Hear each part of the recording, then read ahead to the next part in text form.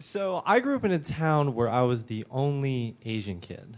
My mom was born in Hong Kong. My dad was born in the U.S., so that makes me the 1.5 generation, which means I'm 3 parts Chinese, 1 part American. I'm not too sure.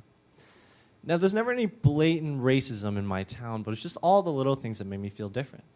Like at lunchtime, when my friends would take out peanut butter jelly sandwiches and Lunchables, I'd take out a container of dumplings and a pair of chopsticks.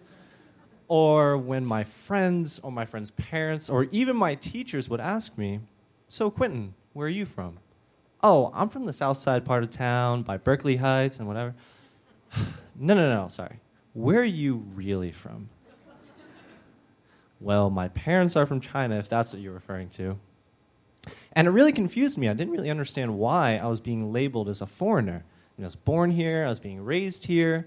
I knew I had to do something. So in middle school, I went out and I did the most American thing I could possibly think of. And I played for my town's Little League baseball team. Now, I don't know what it was about baseball, but I just had a knack for it. Every time I swung my bat, I always hit the ball. I was faster than everybody else. I could catch all the fly balls. So naturally, I became a center fielder, an outfielder, an outsider, an outlier, an outfielder. Now, over the course of that season, I made sure that I played well and that I always played well. So I didn't give them any excuses. And at the end of the season, I was promoted, and I became known as that Asian kid who's good at baseball. It's a step in the right direction, but not exactly where I want to be. And it still confused me because I was born here, I was raised here, being educated here. What else do I have to do? So our team played well enough that season that we made it to the town's championship game. That was the bottom of the ninth. The bases were loaded. There were 2 outs. Our team was in the field. I was in center field. The bases were loaded, yep. We were up by 2 runs, and here comes my friend Brian walking up to the plate. Now, Brian is known in town as that kid who hits home runs, and he's looking right at me. I know he wants to smack this ball right to me.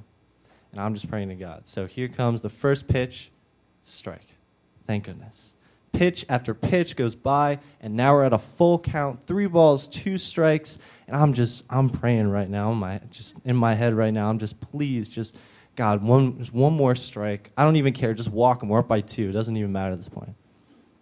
The pitch is thrown, and that's when I hear it. That perfect, crisp pop that says, "You better start running." I look up, and the ball is sailing in between me and my right fielder. Both of us start booking it as fast as we possibly can. We're running as fast as we can. I'm looking at him. He's looking at me. Now, there's an etiquette in the outfield. When a ball is hit in between 2 outfielders, both outfielders go after the ball, and the person with the best chance of catching the ball says, "I got it." That's the only words that should ever come out of your mouth in the outfield is, "I got it." Now, I'm thinking I don't want to call this ball. Because if I miss this ball, I could go back to being known as that Asian kid. Or even worse, I could be known as that Asian kid who's bad at baseball. So we're running back. I'm looking at him. He's looking at me. I know both of us are thinking the same thing. We want the other person to say it. And I see him start to open his mouth. And I'm like, phew, heart's starting to drop a little bit. I can relax. I can just play backup this time. He's got this. It's on him.